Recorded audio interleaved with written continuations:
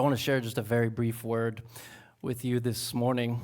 Our theme verse for this celebration and dedication, and it'll be on your free gift this morning. We have some journals for you. The verse will be on here, but it's 1 Corinthians 3, 10 and 11, which says, "By the grace God has given me, I laid a foundation as a wise builder, and someone else is building on it.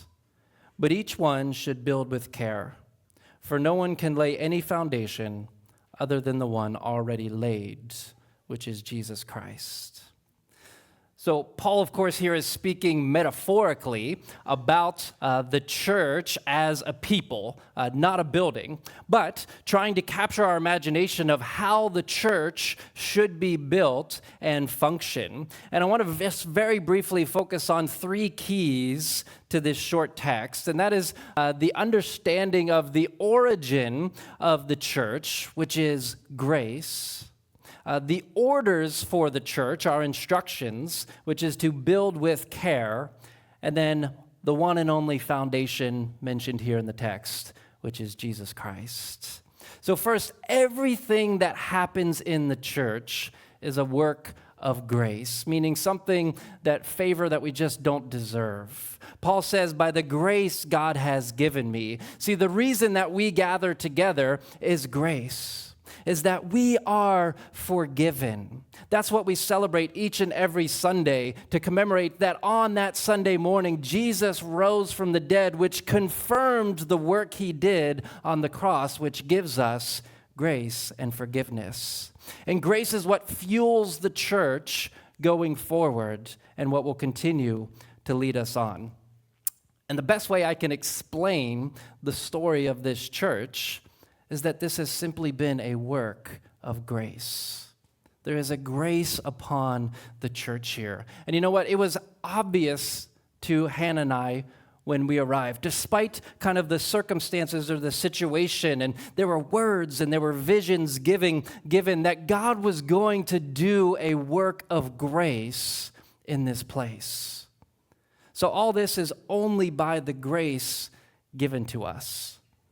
But that doesn't mean we just sit back and do nothing, right? No, there are specific orders here in the text to build carefully. So verse 10 says, "As a wise builder on this foundation of grace, we should build with care." Gordon Fee calls these verses some of the most significant in all of the New Testament about our responsibility to build the church. What does it mean to be a wise builder of the church? Again, Paul is using this as a metaphor, and the rest of the metaphor goes on to explain that it means you build with materials that will last. Back in 2001, when we laid out our faith goals for the year 2021 through 2025, we felt like the Lord gave us kind of a little phrase for each year as we laid that out. And for this year, 2024, not even knowing we were going to do what we did this year, the phrase that we felt the Lord give us was that this year we were going to solidify a lasting legacy. And we define that in 2021 as this: a foundational spiritual and organizational DNA and stability in place that outlasts the current team, impacting families and generations of worshipers on Vancouver Island. Essentially, what we were saying back then is we want to build the church with care on the solid foundation of Jesus Christ with materials that last far beyond all of us. And really, that was the big picture goal or vision 9+ years ago when Hannah and I came here. You know, for the 50 years prior, the church had always hovered somewhere between 40 and 80 people during that 50+ years.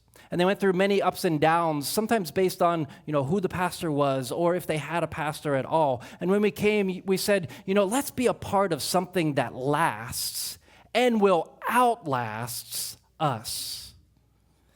Where this church would always be a growing, life-giving, disciple-making church that impacts its community and blesses its community no matter who its leaders are. right? It just becomes baked into the DNA of this place or the foundation of the church and everyone who is a part of it. And we hope that you will adopt that same vision together and the calling to become wise builders who build with care. For all of us to be a part of something that outlasts our own lives, should the Lord wait to return. And that's what our Pave the Way campaign has been all about, that's been funding all that you see. There's booklets on the tables outside that just explain the story of our church and where we've been and where we're going there. But it says on the front of the Pave the Way brochure, we're paving the way for what? For future generations to know Jesus. To build the church with care is to build it with Jesus as the focus, which also means to build it on love. For there is one and one only foundation to build on, and that is Jesus Christ.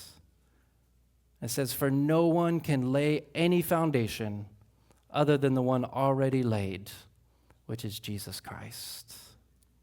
The band's going to come up, and to build something that lasts, it has to have a good foundation, right? And there is no better foundation, there is no firmer foundation to last than the work of Jesus on the cross. And the good news is the foundation has already been finished, right? It is done. It has already been prepared for us. It was already laid with the work of Jesus on the cross. And when we did this reno, it was tempting to put the screen in the middle, because then we'd only have to have one screen and one projector. But we said, no, we can't do that, because everything is about this. That is the foundation. That is the center. And it's worth, a few thousand extra dollars to keep that as the center there. And the work of Christ on the cross, it's a great mystery that many have found to be true, both in their minds as they've studied it, in their hearts as they've experienced it, as you saw in that video. And if you're interested in what that means, we just encourage you to get plugged in here and start that journey with us, no matter where you're at, or whether you have questions or this is, new to you. But there's nothing more important than answering that question of what is life all about. But we want to close by celebrating and declaring that foundation, that we will build on no other foundation than Jesus. So would you stand with me as we declare this together, that this is our foundation, this is what we will build on, and this is what will lead us forth. And then I'll close us and give some instruction about outside.